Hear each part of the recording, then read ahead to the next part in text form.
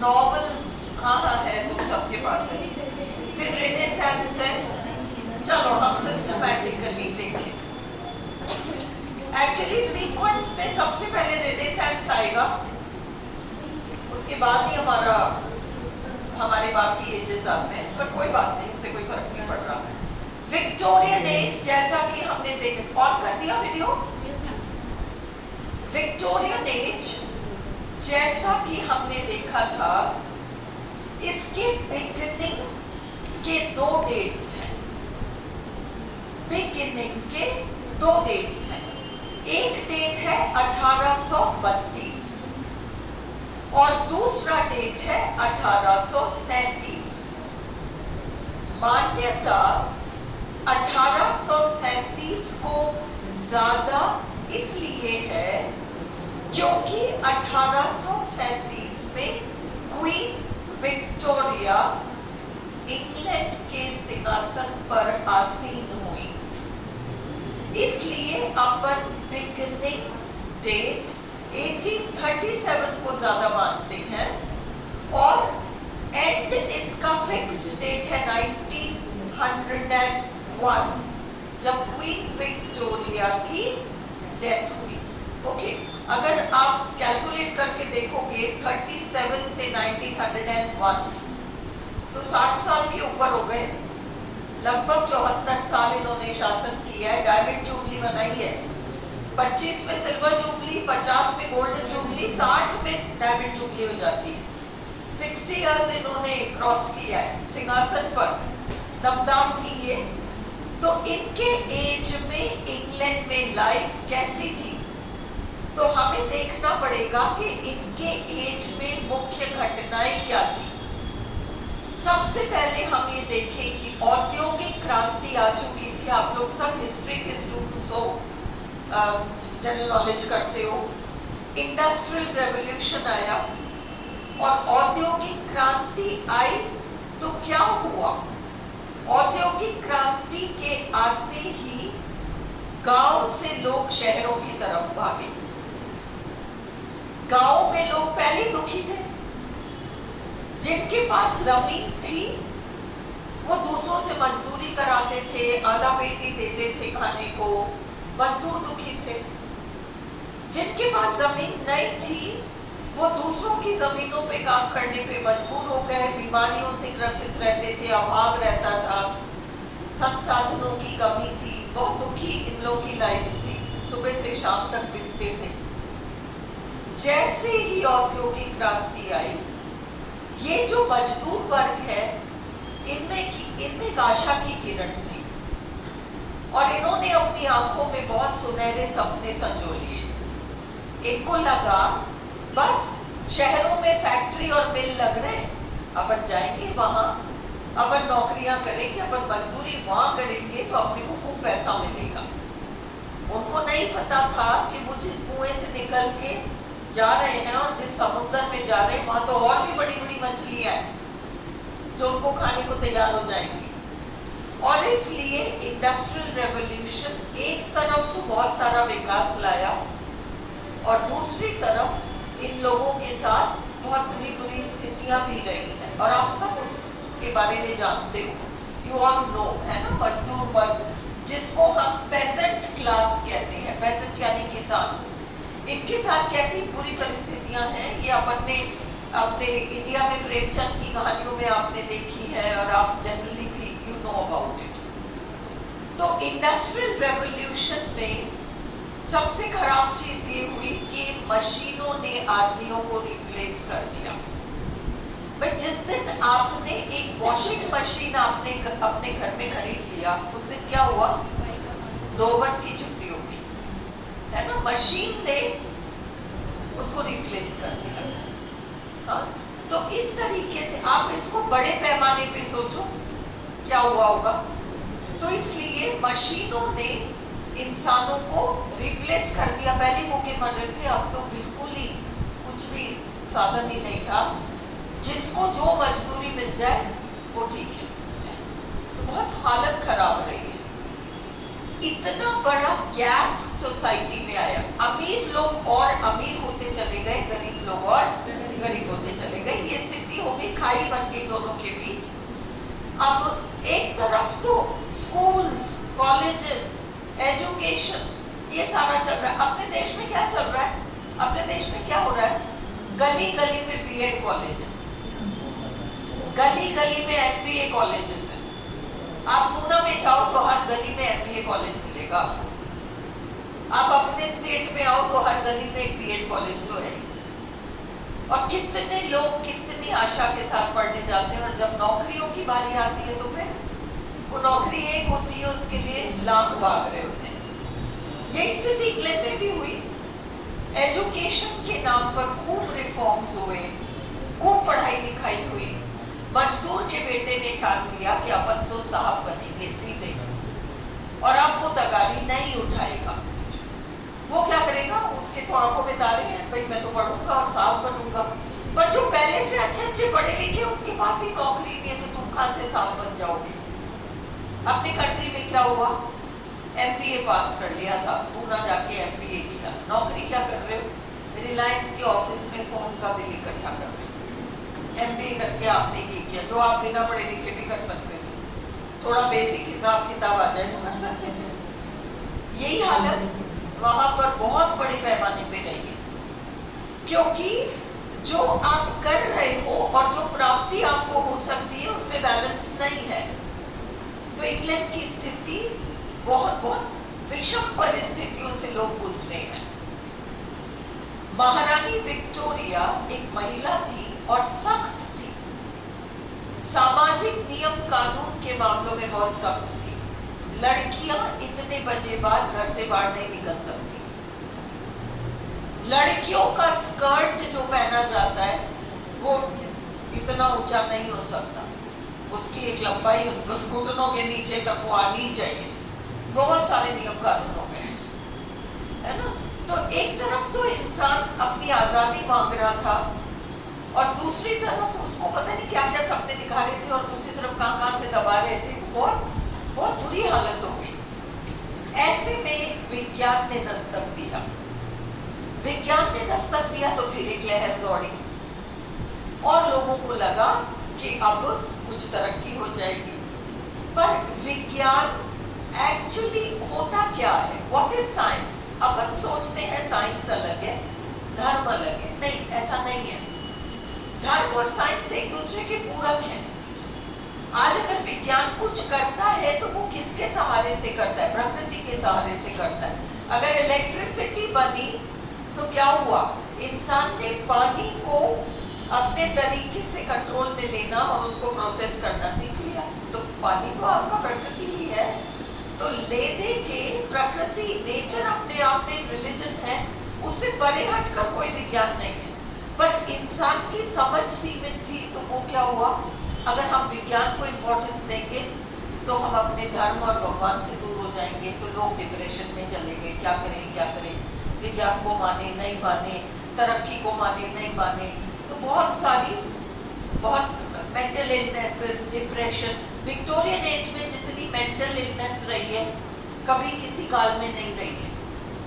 और उस जमाने के राइटर्स इन चीजों के बारे में लिखते थे। अगर आप बड़े बड़े राइटर्स को देखो उस जमाने के लिटरेचर को, है तो बहुत ही डिप्रेसिंग जमाना था। टॉमस हार्डी, बहुत ही डिप्रेसिंग कहानियां लिखना, इस तरीके का जमाना है। कुल मिला के विक्टोरियन एज एक मिक्स्ड जमाना है। तरक्की तो यूं और डाउनफॉल तो यूं, एक क्षेत्र में यूं तो एक क्षेत्र में यूं। मेडिसिन के क्षेत्र में बहुत तरक्की हुई, एजुकेशन के क्षेत्र में तरक्की हुई, साइंस के क्षेत्र में तरक्की हुई। बहुत सारे नियम बने जरूर, पर नियम बनते इसलिए कि उनको तोड़ा जाए, है ना। इसीलिए अपन को कितनी खुशी होती है जब अपन किसी नियम को तोड़ देते, तो वो जो संतुष्टि मिलती है उसकी बराबरी कोई नहीं करता। अपन बाजार जाके अमरूद खरीद के खा सकते हैं, पर पड़ोसी के पेड़ पे चढ़ के जो तोड़ के चुपचाप खाते हैं ना, उनको पता भी नहीं चले और हमने तोड़ लिया, उसमें जो मजा है वो थोड़ी किसी और चीज में। तो नियम बने। आप इतने उम्र से छोटे बच्चों को काम नहीं करा सकते, कोयले की खानों में नहीं घुसा सकते, चिमनियों के अंदर नहीं घुसा सकते। नियम खूब बने, पर उन नियमों को धड़ल्ले से तोड़े भी गए।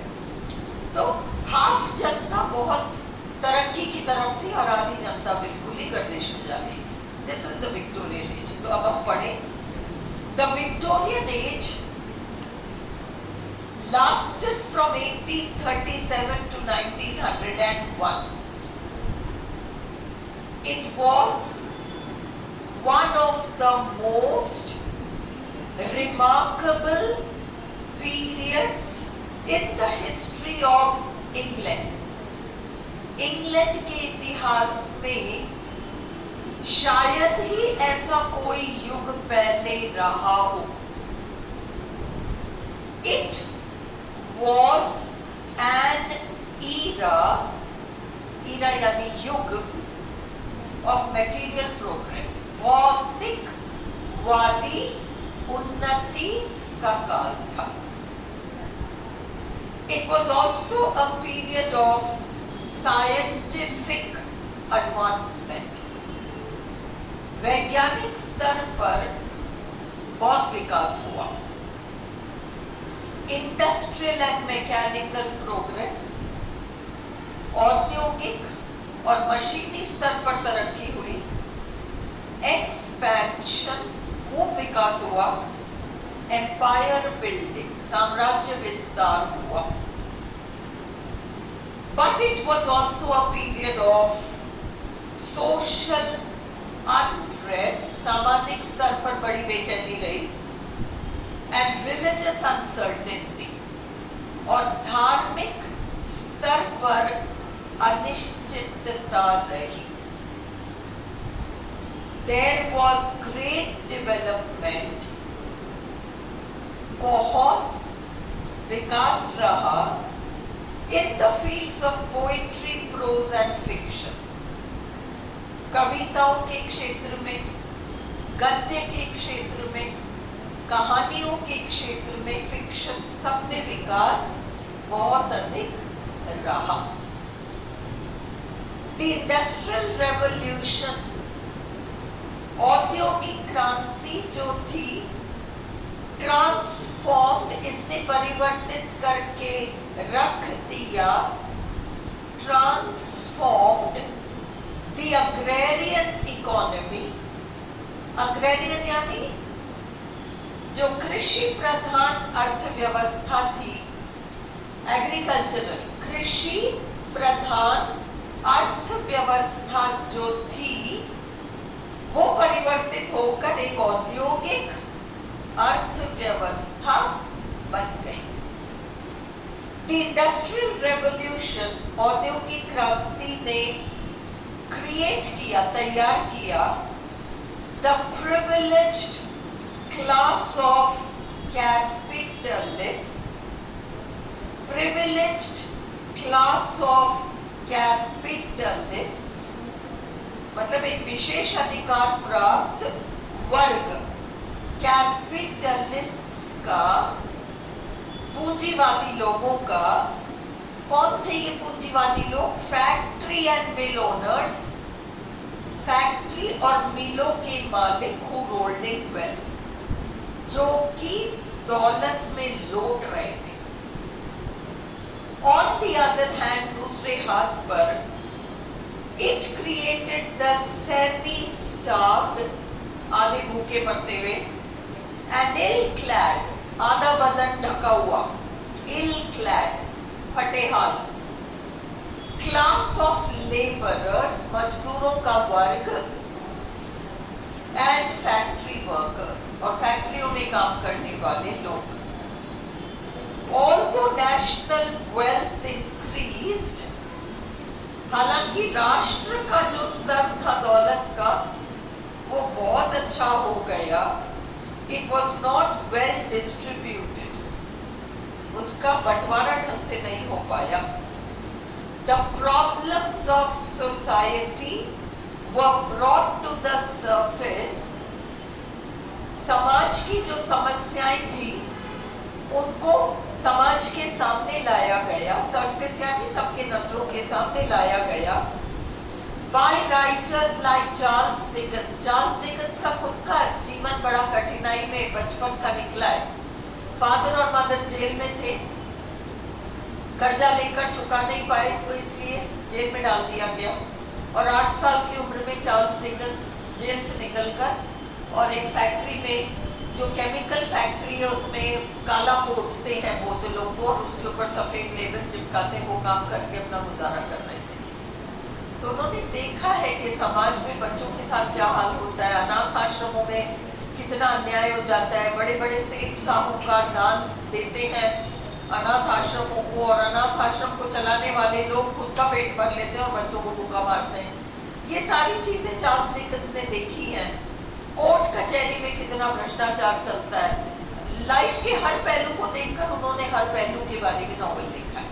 तो उन्होंने समाज की बुराइयों को सामने लाकर बता दिया और अपने उपन्यासों को एक प्लेटफॉर्म बनाया जनता को अवगत कराने के लिए कि देखो तुम्हारे समाज में क्या क्या चल रहा है।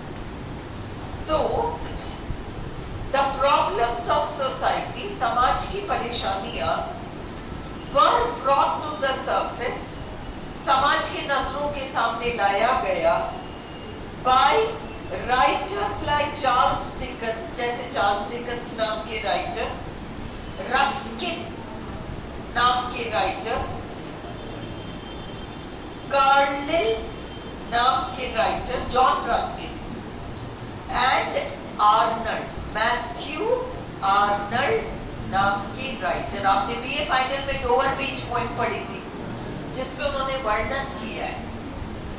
In the works of Charles Dickens, Charles Dickens की रचनाओं में, कार्लिल की रचनाओं में, एलिजाबेथ गैस्केल नाम की महिला लेखिका के रचनाओं में we can see, हम देख सकते हैं, the zeal of the literary artists, हम साहित्यिक कलाकारों के जोश को देख सकते हैं। They wanted to bring about reforms, वे सुधार का काम करवाना चाहते थे in the social and economic condition of the country, सामाजिक और आर्थिक स्थिति में देश के। Reform bills were introduced, समाज को सुधारने के लिए नियम कानून शुरू किए गए, and the people of England became more politically conscious, और इंग्लैंड के लोग और ज्यादा जागरूक हो गए राजनीतिक स्तर पर। The first reform bill was passed in 1832. 1832 में पहला समाज सुधार संबंधित कानून पास हुआ। इंग्लैंड विटनेस्ड, इंग्लैंड ने देखा एक्सपेंशन, खूब विकास in the field of education, शिक्षा के क्षेत्र में। The passing of the education act, शिक्षा संबंधित जो कानून पास हुआ, वॉज अ लैंडमार्क, वो एक मील का पत्थर था in the history of education, शिक्षा के क्षेत्र में। A large reading public welcomed, एक बहुत बड़ी संख्या में पढ़ने लिखने वाला वर्ग तैयार हो गया। The outpourings of novelists, poets and writers, बहुत सारे उपन्यासकार, बहुत सारे कवि और बहुत सारे लेखक तैयार हो गए। Literature became a powerful source, साहित्य एक बहुत बड़ा माध्यम हो गया in awakening the minds of the people, लोगों को जागरूक बनाने में। चार्ल्स डार्विन नाम के राइटर थे, उन्होंने किताब लिखी थी ओरिजिन ऑफ द स्पीशीज, है ना, जिसमें माइट इज राइट, जिसकी लाठी उसी की भैंस, यहीं से आई है चार्ल्स डार्विन की किताब से। was an important work of this period. इस काल का बहुत महत्वपूर्ण रचना रहा. The Victorians were moralists at heart. मैंने आपको बताया था महारानी विक्टोरिया बड़ी सख्त थी, नैतिकता ये सही वो गलत. And religion और धर्म was the sheet anchor of their lives. धर्म ही उनके जीवन का आधार था, sheet anchor of their lives. The Oxford movement धर्म से जुड़ा हुआ एक अभियान था, प्लस साहित्य से जुड़ा हुआ अभियान था. Represented, इसने दर्शाया the revival of the Roman Catholic religion. Roman Catholic धर्म, Roman Catholic धर्म का पुनर्गठन हुआ. In domestic life, गृहस्थ जीवन में women were regarded, औरतों को माना जाता था as inferior to men, कि आदमियों से कम है. Education was a closed book. शिक्षा एक बंद किताब हो गई for most women, अधिकतर औरतों के लिए. ब्राउनिंग पोएट का नाम है, टेनिसन पोएट का नाम है, आर्नल्ड पोएट का नाम है, etcetera were great poets of this age. ये लोग महान कवि थे इस जमाने के. टेनिसन ने कविताओं में गाया of the Victorian independence of spirit. महारानी विक्टोरिया के जमाने में हर व्यक्ति बिल्कुल फ्रीडम चाहता है अपने लिए, मैं अपनी मर्जी से कुछ भी कर सकूं. In the novels of Charles Dickens के उपन्यास में we find very interesting and original characters. हमें बहुत इंटरेस्टिंग और रोचक कैरेक्टर्स मिलते हैं. The Bronte sisters wrote novels. Brontë बहनें जो थी, इन्होंने उपन्यास लिखे. जेन एयर बाय शार्लट ब्रॉन्टे थी. ब्रॉन्टे 3 बहनें थी, है ना. एमिली ब्रॉन्टे, एमए जिन्होंने किया उन्होंने वुथरिंग हाइट्स किया है. शार्लट ब्रॉन्टे ये जिन्होंने जेन एयर लिखा है ना, एक मेंटल डिजीज वाली औरत की कहानी है. और एन ब्रॉन्टे, 3 बहनें थी. By Emily Bronte are famous novels. Emily Bronte ने वुथरिंग हाइट्स लिखा है. W.M. Thackeray wrote Vanity Fair. W.M. Thackeray, MA previous में हम पढ़ते हैं. वैनिटी फेयर, समाज में महिलाएं ऊपर उठने के लिए कितना नीचे गिर सकती हैं, इसकी कहानी है.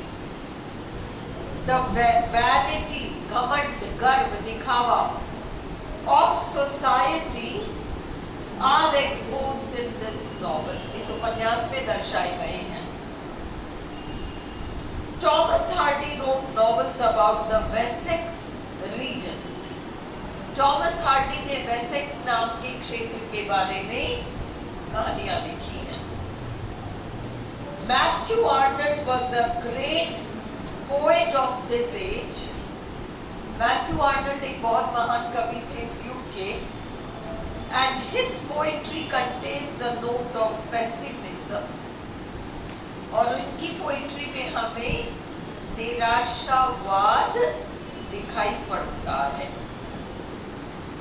H.G. Wells नाम के जो राइटर है, wrote science fiction. उन्होंने विज्ञान से संबंधित कहानियां लिखी. And G.B. Shaw wrote problem plays. और G.B. Shaw ने बहुत सारी problem plays लिखी. Thus the Victorian age is outstanding. इस तरह से Victorian age बहुत प्रभावशाली है in its growth and development in every field. हर क्षेत्र में विकास रहा Victorian age. इसलिए कर रहे हैं आपको जस्ट थोड़ा राइटर्स के बारे में आइडिया लग जाए, भले इसका लैंग्वेज टफ है कोई बात नहीं, कर लो। The body of Victorian literature, body आगे ढेर सारा जो इतना विक्टोरियन साहित्य के नाम पर जो हमारे पास है इज ट्रेमेंडस, विशाल है, and would be difficult to categorise, हम उन्हें अलग अलग श्रेणियों में बांट नहीं पाएंगे with only a few authors, क्योंकि थोड़े से लेखक नहीं है, अनेक लेखक हैं, अनेक लेखक हैं। हार्डीज कंटेम्पररीज, हार्डी के समकालीन लोग जो थे इंक्लूडेड, उसमें शामिल थे, और कौन से राइटर शामिल थे? The likes of Charles Dickens थे, लॉर्ड टेनिसन थे, रॉबर्ट ब्राउनिंग थे, मैथ्यू आर्नल्ड थे, E.M. फॉर्स्टर थे, जोसेफ कॉनरैड थे, ये सारे लोग थे। Each writer contributed his or her work, हर लेखक ने अपना योगदान दिया to the body of general human knowledge, सामान्य मनुष्य का जो ज्ञान है वो उसका विस्तार हुआ इन लेखकों की वजह से। And to one degree or another, अलग अलग हद तक considered the issues, उन्होंने उन मुद्दों पर विचारा that had become a part of the English discussion, जो कि इंग्लिश चर्चाओं का एक पार्ट बन चुका था। Dickens criticized, डिकन्स ने आलोचना की the treatment of the poor, के गरीबों के साथ किस तरीके का व्यवहार किया जाता है, बच्चों के साथ, ये देखो अब ये देख लो, तो बच्चों के साथ कैसा व्यवहार किया जाता है। The courts, कोर्ट कचहरियों में कितना अन्याय होता है, भ्रष्टाचार कितना है, and the clergy, चर्च के अधिकारी कितने भ्रष्ट हैं। कौन से उपन्यासों में? ओलिवर ट्विस्ट में, डेविड कॉपरफील्ड में, और ब्लीक हाउस में, ये उनके उपन्यासों का नाम है। चार्ल्स डिकेंस पर एक क्वेश्चन होगा, मैं आपको इनके नॉवेल्स का लिस्ट है, वो वीडियो है चैनल पे, वो मैं आपको ग्रुप पे शेयर कर दूंगी, है ना। मुझे पीडीएफ मिल गया तो ठीक है, बट आपको उनके कुछ मेन कैरेक्टर्स पता होने चाहिए। ये उनका कैरेक्टर कौन से नॉवेल में था, ये उनका कैरेक्टर कौन से नॉवेल में था। 20 कैरेक्टर्स का मैंने एक वीडियो बहुत पहले, कई 2 साल पहले शायद डाला होगा, तो मैं 2-3 चार्ल्स डिकेंस वाले वीडियो ग्रुप में डालूंगी, उसको please watch it and note down. वो सब मैं क्लास में नहीं कर पाऊंगी, नहीं तो कभी कोर्स खत्म नहीं होगा, अंडरस्टूड। ये जो इम्पोर्टेंट चीज है, हर चीज के बारे में चैनल पे वीडियो है, सारे एजेस सबके बारे में। तो धीरे धीरे एक एवरीडे आधा घंटा लिटरेचर को दो। लिटरेचर इतना वास्ट है कि क्लास में कवर नहीं होगा। मैं आपको स्केलेटन जरूर करा सकती हूँ, पर उसका अंदर का जो पोर्शन है ना, वीडियो सब पे है। 20 मिनट निकाल लो और आप उसको वॉच करोगे, रजिस्टर में नोट डाउन करोगे तो आपका काम हो जाता है। हम ये नहीं कह पाएंगे कि भाई आउट ऑफ कोर्स आया है, उन्होंने तो एज पकड़ा दिया, काहे क्या कि इस एज के कौन से राइटर्स। हमें अपना दिमाग लगाना पड़ेगा। मैं आपको मोटा कराऊंगी, पूरा कराऊंगी तो साल भर भी नहीं खत्म होगा, इसलिए वीडियोस के माध्यम से पढ़ना सीखो। मैं ग्रुप में डाल दूंगी। एक बार चैनल में डालने के बाद क्या होता है, उसको अपलोड दोबारा मैं नहीं कर सकती, तो इसलिए मुझे ऐसा ही कुछ करना पड़ेगा कि मैं ग्रुप में डाल दूं, आप देख लो। तो इन्होंने ये सब किया। फिर क्या हुआ, William थैकरे challenged Victorian society at all levels, निम्न वर्ग से ऊंचे वर्ग तक सब भ्रष्ट हैं, सबकी बुराइयां करी।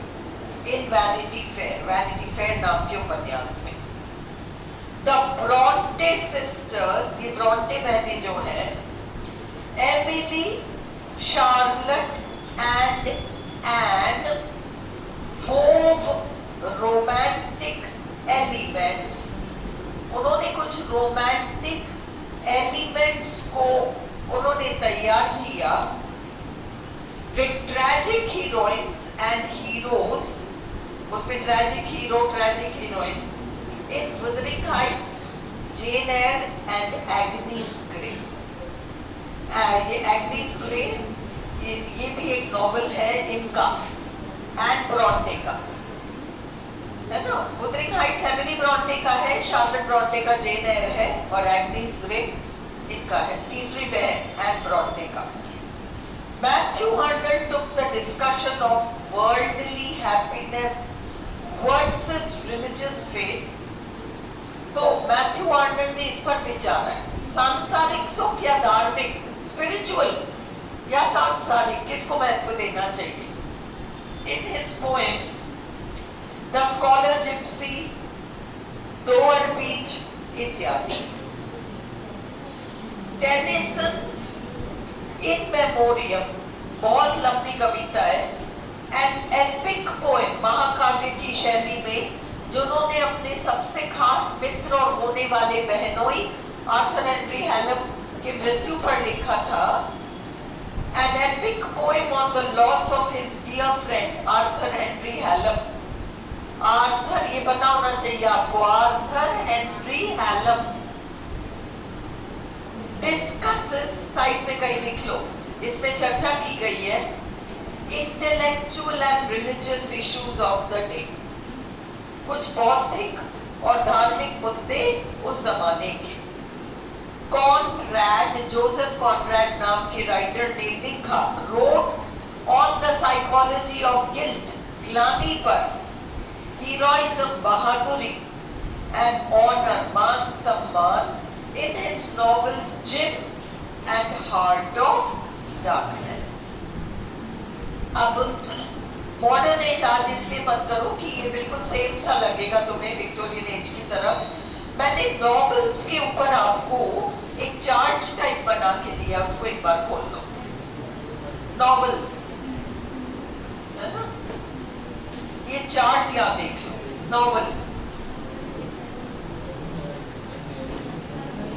फीचर्स, एक उपन्यास के कौन से महत्वपूर्ण तत्व होते हैं, उपन्यास के कौन से महत्वपूर्ण तत्व होते हैं। एटमॉस्फेयर, उसका एक माहौल विशेष रहता है। कैरेक्टर, उसमें एक विशेष पात्र की कहानी होती है। फ्रेम स्टोरी, एक बाहर की कहानी और फिर कहानी के अंदर एक दूसरी कहानी। फ्रेम स्टोरी, बाहर की कहानी, फिर कहानी के अंदर दूसरी कहानी, कहानी के अंदर कहानी। लोकल कलर, ग्रामीण रीति रिवाज परंपराओं का वर्णन। नरेशन, कहानी सुनाना, एक व्यक्ति है जो कहानी सुना रहा है। रियलिज्म हो तो हो, नहीं तो पूरा काल्पनिक हो, यथार्थवाद। सस्पेंस हो तो हो, नहीं तो कोई बात नहीं। डायलॉग कई बार उपन्यासों में बीच में आ जाता है, हो सकता है ना भी हो। कितने तरह के नॉवेल्स होते हैं। पिकारेस्क नॉवल, बदमाश हीरो। पिकारेस्क नॉवल, बदमाश hero. Example, the guide by R K. Narayan, है ना। तो the guide by R K. Narayan. दूसरा, बिल्डम्स रोमन नॉवल, बचपन से लेकर वयस्कता तक की कहानी। एग्जाम्पल, ग्रेट एक्सपेक्टेशंस, जो चार्ल्स डिकेंस ने लिखा है। फिर हिस्टोरिकल नॉवल, एग्जाम्पल देखो, कार्लिल जो थे उन्होंने लिखा था हिस्टोरिकल नॉवल, उनको देखकर Walter Scott historical novel, side में लिख लो, ये सब विक्टोरियन एज के हैं। Thomas Carlyle, THOMAS, Thomas Carlyle, CARLYLE, Thomas Carlyle, CARLYLE, historical novel. फिर सर वॉल्टर स्कॉट, इन्होंने भी लिखा, WALTER उन्होंने भी लिखा। और फिर हमारे पास है चार्ल्स डिकेंस का A Tale of Two Cities। फिर है रीजनल नॉवल, प्रांतीय a novel. Example, the novels of Hardy, the novels of R.K. Narayan. R.K. Narayan तो मालगुडी के बारे में लिखते हैं और थॉमस हार्डी वेसेक्स नाम के क्षेत्र के बारे में लिखते हैं। फिर है detective novel, Sherlock Holmes, BA part 1 में आपने पढ़ा था, adventure of the blue carbuncle, adventure of the blue carbuncle एक स्टोरी थी। तो वो शेरलॉक होम्स नाम के पात्र के ऊपर, जो कि जिसके राइटर है Arthur Conan Doyle. Epistolary novel मैंने आपको उदाहरण दिया था, चिट्ठियों के माध्यम से पूरी कहानी लिख दी जाती है। पहले मैं वहां गया, फिर मैंने ये किया, फिर वो हुआ, फिर वो हुआ, ये सारा जो है ये आपका एपिस्टोलरी नॉवल है। अब आप चाहो तो आज रेनेसांस कर लो, विक्टोर वो मॉडर्न एज कल करो, आज मत करो, रेनेसांस होगा। अपन को आज आधे घंटे में अपना काम हो जाएगा सुनीता, है ना? तो अपन 1:30 बजे तक ये कर लेते हैं ताकि एज भी कवर हो जाए। रेनेसांस, पुनर्जागरण, इसको बंद करके दोबारा स्टार्ट करना है या कंटिन्यू करें? बंद कर दो क्योंकि बहुत लंबा हो जाता है, आप लोग देख ही नहीं पाते। बंद करके वापस से स्टार्ट कर लो, पानी वानी पी लेते हैं 2 मिनट, फिर कर लो।